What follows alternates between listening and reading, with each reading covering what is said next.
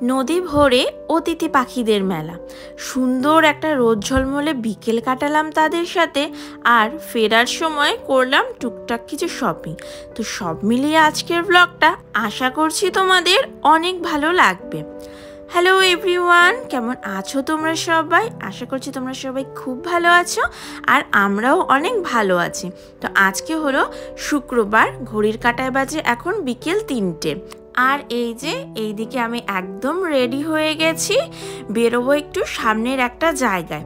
আজকের ওয়েদারটা খুব সুন্দর, সারাদিন খুব সুন্দর রোদ্দুর গেছে আর কোনো হাওয়াও নেই। তবে কালকে থেকে টানা দুদিন আবার মেঘলার বৃষ্টি দেখাচ্ছে। তো এই যে আমরা চলে এসেছি যেখানে আসবো বলেছিলাম প্রথমে। জায়গাটার নাম সুনোবুচি ক্যাম্পিং গ্রাউন্ড। তো এই জায়গাটাতে একটা নদী রয়েছে, নদীটার নাম খারাসু নদী। আর এই নদীর পাড়ের বিস্তৃত এলাকা জুড়ে রয়েছে একটা গলফ গ্রাউন্ড, আর তার সাথে রয়েছে একটা ক্যাম্পিং গ্রাউন্ড। পিচ রাস্তা বেয়ে নিচে নামতে নামতেই একটা বেশ সুন্দর ঘন জঙ্গলের মধ্যে আমরা ঢুকে পড়েছি। বিশাল বড় বড় গাছের সারি, আর এই জায়গাটায় কিন্তু ক্যাম্পিং গ্রাউন্ড। প্রচুর মানুষ এখানে ক্যাম্পিং করতে আসে। তো অনেক দিন ধরেই এই জায়গাটাতে আমার আসার খুব ইচ্ছে ছিল। দেখুন, ক্যাম্পিং যেহেতু মানুষেরা করে, তাই মানুষদের বসার জন্য এখানে বেশ আলাদা মতো জায়গাও করে দেওয়া হয়েছে। মনে হয় গরমকালে জায়গাটা আরও বেশি সুন্দর লাগে, কারণ গাছের পাতা অনেক সুন্দর থাকে। আর এই যে দেখুন, মানুষজন কিন্তু এখানে টেন্ট বসিয়েও দিয়েছে ক্যাম্পের জন্য। আর আমার বর ওখানে একজনের থেকে জিজ্ঞেস করছিল নদীর পথটা কোন দিকে, কারণ আমরা খুঁজে পাচ্ছিলাম না। তো উনি দেখিয়ে দিলেন। তো সেই পথ ধরেই এখন আমরা যাব ওই নদীর কাছে। এই খারাসু নদীতে শীতের সময় প্রচুর পরিযায়ী পাখি এসে থাকে। বেশ কদিন ধরে যাব করে এই আজকে চলেই আসলাম। ওই যে দেখুন, দূর থেকে নদীটা দেখাই যাচ্ছে। এত কাছে এসে আমার আর তর্স হয়েছে না যে কতক্ষণে আমি নদীর সামনে যাব। আর আমার মুখ দেখে বুঝতেই পারছেন আমি কতটা এক্সাইটেড। বেশ নদীর একটুখানি সামনে যেতেই দেখা যাচ্ছে, দেখুন দূরে ছোট্ট ছোট্ট কত হাঁস, না অনেক সুন্দর লাগছিল। কিন্তু দাঁড়ান জুম করে দেখাই। দেখুন ওখানে আবার কতগুলো রাজহাঁসও দেখা যাচ্ছে। এই সব পাখিরা কিন্তু এসেছে সাইবেরিয়া থেকে। মানে যেই সব জায়গায় ধরুন ওই কানাডা, সাইবেরিয়া বা আরও রাশিয়ার অন্যান্য জায়গা বা ইউরোপের অন্যান্য জায়গায় যেখানে প্রচুর ঠান্ডায় সব কিছু জমে যায়, তখন তো আমরা সবাই জানি এই পরিযায়ী পাখিরা আসে। আর তাদের ক্যামেরাবন্দি করতে কত মানুষের ভিড় এখানে দেখেছেন। সবাই ক্যামেরা নিয়ে, ফটো নিয়ে তাদেরকে ক্যামেরাবন্দি করতে ব্যস্ত। বেশ একটু আগে এগিয়ে দেখি, কারণ আমার এই দূরে থেকে আর ভালো লাগছে না। তবে মানুষজন দেখলাম একটু দূরেই দাঁড়িয়ে রয়েছে।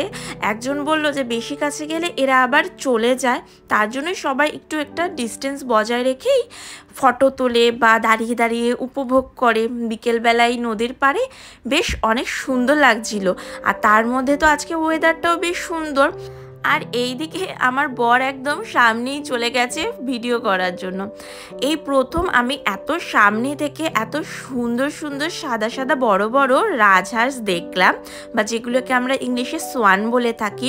প্লাস এখানে বেলে হাঁসও ছিল, আরও নানান অন্য ধরনেরও হাঁস ছিল। মানে আমার এত ভালো লাগছিল, এই প্রথমবারের মতো পরিযায়ী পাখি আমি এত সামনে দিয়ে দেখলাম, তাও এত সুন্দর একটা নদীর ওপর এতগুলো করে। সবসময় তো বইই পড়ে এসেছি যে পরিযায়ী পাখি শীতের সময় আমাদের দেশেও আসে, কিন্তু কখনো সেভাবে তো দেখে উঠতে পারিনি। তো অনেক সন্ধ্যা প্রায় হয়েই এসছে, সূর্যটা ডুবে ডুবে যাচ্ছে। তো দেখলাম প্রায় পাখিগুলো অনেক দূরে দূরে চলে যাচ্ছে। মানে যেহেতু সন্ধ্যা হয়ে এসছে, তারাও এখন বাড়ি চলে যাবে। দেখুন ওই দূরে চলে গেছে রাজহাঁসগুলো। তাই ভাবলাম যে আমরাও তাহলে এখন ফিরতে থাকি। তো এই যে দুজনে মিলে ফিরছে, আর আমার বর এখানে একটু ইয়ার্কি করছে। এইখান থেকে আমরা যাব ডাইরেক্টসু। তো ডাইরেক্টসু চলেই এসেছি। মানে টুকটাক ওই কিছু বাজার সদাই করে নিয়ে যাব।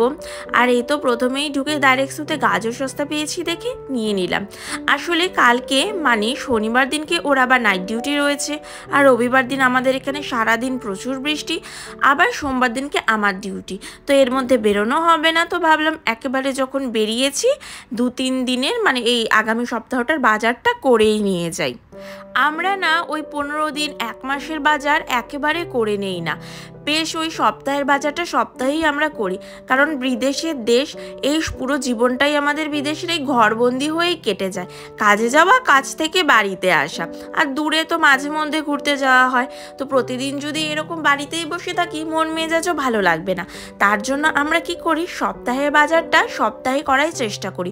তাহলে কি হয়, দুজনে যখন ফাঁকা থাকি একসাথে মিলে একদিন দুদিন বেরোই, শপিং করে আসি, সপ্তাহে সময়গুলোও ভালো লাগে, মনটাও ভালো লাগে।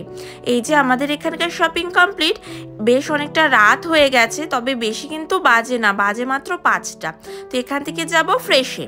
এই তো ফ্রেশেতে ঢুকে পড়েছি। এখন তো বেশ খুব তাড়াতাড়ি সন্ধ্যা হয়ে যায়, তার জন্য রাতটাও না খুব তাড়াতাড়ি নেমে পড়ে। ফ্রেশে ঢুকে আমি একটা জিনিস চোখে পড়লো আমার, সেটা হলো এই জিনিসটা, এটা বিনস না সিম আমি কিছুতেই বুঝতে পারছি না। তোমরা যদি কেউ জেনে থাকো এটা কি, অবশ্যই কিন্তু আমাকে কমেন্ট করে জানিও। তবে দেখতে বেশ সুন্দর লাগছিল, বেশ কড়াইশুঁটির পাশেই এটা রাখা ছিল। তো ফ্রেশেতে দেখলাম এই প্রথম আমি এত এই ধরনের বড় বড় ঝিনুক উঠেছে, তো বেশ সুন্দর লাগছিল দেখতে। তবে এইভাবে তো ঝিনুক আমরা কখনো খাই না, তাই জানিও না কিভাবে খেতে হয়। মাছগুলো বেশ ডিসকাউন্টে দিচ্ছিল দেখে এখান থেকে আমি একটা ইওয়াসি মাছ নিয়ে নিলাম। জাপানি সুপার মার্কেটেও কিন্তু দেশি মশলার ভীষণ সমাহার রয়েছে। এই যে দেখুন, হলুদ গুঁড়ো, তবে খুবই কম পরিমাণে পাওয়া যায়, মানে একদম ছোট ছোট কৌটোতে পাওয়া যায়, বেশি পরিমাণের এখানে পাওয়া যায় না। তারপর পাশে দেখুন পার্সলি রয়েছে, বাসিল থেকে শুরু করে সব ধরনেরই গুঁড়ো রয়েছে, প্যাপরিকা, ইভেন এমনকি জিরে, ধনে, নাটমেগ, সব কিছুরই গুঁড়ো এখানে পাওয়া যেয়ে থাকে, কিন্তু ওই পরিমাণে খুব কম। দাম অবশ্য অতটা বেশি না, ঠিকঠাকের মধ্যেই। আর এই স্যাফরনটা এই প্রথম আমার চোখে পড়লো, স্যাফরনটা আমি এর আগে দেখিনি এইখানে। স্যাফরনটার দামটা তো একটু বেশি থাকবেই সব জায়গায়। আসলে জাপানিজরাও এই মশলাগুলো ব্যবহার করে থাকে। এই দেখুন, গোটা গোলমরিচ একটা কালো, আবার এই যে সাদা গোলমরিচটা, আবার দেখুন সর্ষের পাউডারও পাওয়া যাচ্ছে, কত সুন্দর না। আসলে জাপানিজরা যে কারিগুলো বানায় সেইখানে এগুলো খুব কম পরিমাণে ইউজ করে থাকে, তার জন্যই এখানে সবই কম পরিমাণের পাওয়া যায়, বেশি একটা পরিমাণের পাওয়া যায় না। এই মশলাটার নাম লেখা ছিল চাইনিজ 5 মিক্স বা 5 স্পাইসেস, মানে আসলে এটা ওই গরম মশলা। তবে এত যেহেতু কম পরিমাণে পাওয়া যায়, তো আমাদের তো নিয়ে এখান থেকে পোষাবে না, তাই আমাদের ওই বাধ্য হয়ে হালাল ফুড থেকেই আনতে হয়। ফ্রেশে থেকে নিয়ে নিলাম একটা আমরা টমেটো সস। আর ফ্রেশেতে যেই জিনিসটা নিতে এসেছিলাম সেটা হলো দুধ। তো এখানে দুধ অনেক ধরনের পাওয়া যায়, ফুল ক্রিম, ফ্যাটওয়ালা দুধ, নন ফ্যাটওয়ালা দুধ, আবার হাফ দুধ, হাফ অন্য উপাদান দিয়ে তৈরি এমন দুধও পাওয়া যায়। যেরকম এই দুধটাও অর্ধেক রয়েছে দুধ আর অর্ধেক নানান ধরনের উপাদান দেওয়া, ভিটামিন ডি, ভিটামিন বি, নানান ধরনের জিনিস লেখা ছিল। আমার বর সেটা আমাকে পড়ে পড়ে দেখাচ্ছিল। আর এই যে দুধটাও ধরেছে, এটা এখানে পিওর দুধ, তবে এই দুধটাতে না একটু আবার ফ্যাটের পরিমাণটা বেশি, মানে এটা একটু ক্রিমওয়ালা দুধ। তো এইটা দুটো নিয়ে নিলাম, কারণ এর চেয়ে কম ক্রিম বা কম ফ্যাটওয়ালা দুধ ছিল না, এর চেয়ে নিচে যেগুলো ছিল সেগুলো ছিল ওই হাফ দুধ আর হাফ অন্য কিছু। আর আমার বর যেটা খায় সেটা হলো, বা আমরা যেটা বাড়িতে খেয়ে থাকি সেটা হলো এই দুধটা। তো এটাও পিওর দুধ, তবে এটাতে ফ্যাটের পরিমাণ মানে ক্রিমের পরিমাণটা একটুখানি কম, তাই এটা আমরা খেয়ে থাকি। আর এই ফ্রেশে তরিসেন গেলেই আমার লোভী মন আরও বেশি লোভী হয়ে যায় এই এত এত ফ্রাই খাবার দেখতে। যদিও আজকে আমি ইয়াকিনিকু মানে বারবিকিউ বা পোড়া মাংস খাবার জন্য খুব আমার মন চাচ্ছিল, কিন্তু এসে দেখি একটা কাউন্টারেও মানে নেই, সব শেষ হয়ে গেছে। তো কি করব, দুঃখ পেয়ে চলে আসলাম ব্রেডের সেকশনে। ভাবছি একটা ব্রেড নিয়ে যাই। তো ঘুরে ঘুরে দেখছিলাম যেটার মানে এক্সপায়ারি ডেটটা অনেক দিনের, সেটাই নিয়ে নিলাম। বেশি দিনের ছিল না, 24 তারিখের ছিল। আর এখান থেকে নিয়েছিলাম দাঙ্গো। দাঙ্গো হলো জাপানিজ ট্রেডিশনাল ডিজার্ট একটা আইটেম। এই দাঙ্গো কিন্তু তৈরি হয় চালের গুঁড়ো দিয়ে, তবে এত মানে কি বলবো আঠালো বা চিউই বলতে পারেন, যে অনেকটা মনে হবে কি যে চুইংগামের মতো টানলে বড় হতেই থাকবে, বা একটা চিউই চিউই ভাব আসে, তবে খেতে বড্ড ভালো লাগে। বেশিক্ষণ আর কি চাবাতে হয় আর যায়, শক্ত কিন্তু না, ভীষণ নরম, আর টেস্টও খুবই ইউনিক। তো এটা আমারও বেশ ভালো লাগে।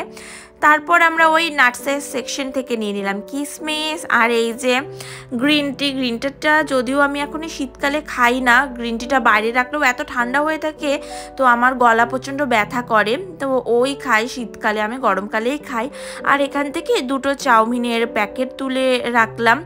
এই ছিল আমাদের কেনাকাটি, আর এই যে আমাদের হয়ে গেছে বিল করা। তো এখন চলে যাব আমরা বাড়ি।